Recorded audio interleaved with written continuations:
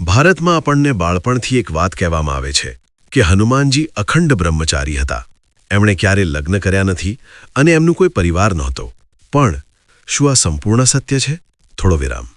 જો હનુમાનજી અવિવાહિત હતા, તો પછી તેલંગાણા રાજ્યમાં એક એવું મંદિર કેમ છે જ્યાં હનુમાનજીની પૂજા તેમની પત્ની સાથે થાય છે? અને કેમ લોકકથાઓમાં હનુમાનજીની 3 પત્નીઓની વાત મળે છે? આજે આપણે આ બધા પ્રશ્નોના જવાબ સરળ ભાષામાં સમજવાનો પ્રયત્ન કરીશું. હનુમાનજી માત્ર બળ અને શક્તિના દેવતા નથી, પણ તેઓ જ્ઞાન, શિસ્ત અને સંયમના ઉત્તમ ઉદાહરણ છે.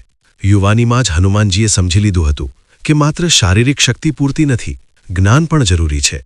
આથી તેઓ ગયા બ્રહ્માંડના મહાન ગુરુ સૂર્યદેવ પાસે. સૂર્યદેવ પાસે 9 વિશેષ વિદ્યાઓ હતી. હનુમાનજીએ 8 વિદ્યાઓ સહજ રીતે શીખી લીધી. પણ જ્યારે 9મી વિદ્યા આવી, સૂર્યદેવે કહ્યું, આ વિદ્યા જીવન અને નિયમોથી જોડાયેલી છે, જે લગ્ન પછી જ સમજી શકાય. વિરામ. હનુમાનજીએ વિનમ્રતાથી કહ્યું, પ્રભુ, મેં આજીવન બ્રહ્મચર્યનું વ્રત લીધું છે. ત્યારે સૂર્યદેવે એક ઉપાય કર્યો.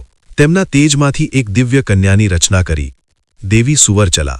પરાશર સંહિતા મુજબ હનુમાનજી અને સુવરચલાનું લગ્ન માત્ર પ્રતિકાત્મક હતું. આ લગ્ન ન ઘરગથ્થુ જીવન માટે હતું, ન ભોગ માટે. લગ્ન પછી હનુમાનજીએ 9મી વિદ્યા મેળવી અને સુવરચલા દેવી તપસ્યાના માર્ગે ચાલ્યા ગયા. લોકકથાઓમાં હનુમાનજીની બીજી પત્ની તરીકે અનંગ કુસુમાનો ઉલ્લેખ મળે છે, જે વરુણદેવની પુત્રી હતી. આ લગ્ન પણ દૈવી નિયમ માટે હતું, સાંસારિક સુખ માટે નહીં. ત્રીજી કથા છે સત્યવતીની, જે રાવણના વંશમાં જન્મી હતી, પણ સ્વભાવથી તે ધર્મ અને સત્યને માનનારી હતી. શ્રી રામની આજ્ઞાથી આ લગ્ન થયું, તેથી તે અધર્મથી દૂર રહી શકે. હવે પ્રશ્ન થાય, તો પછી હનુમાનજીને બ્રહ્મચારી કેમ કહેવામાં આવે છે? જવાબ બહુ સરળ છે.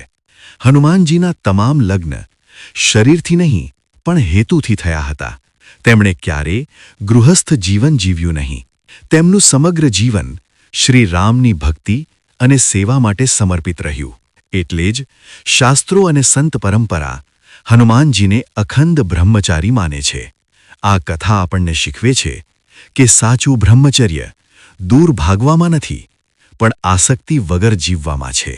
જો તમને આ કથા ગમી હોય, તો મનમાં એકવાર જરૂર બોલજો, જય બજરંગબલી.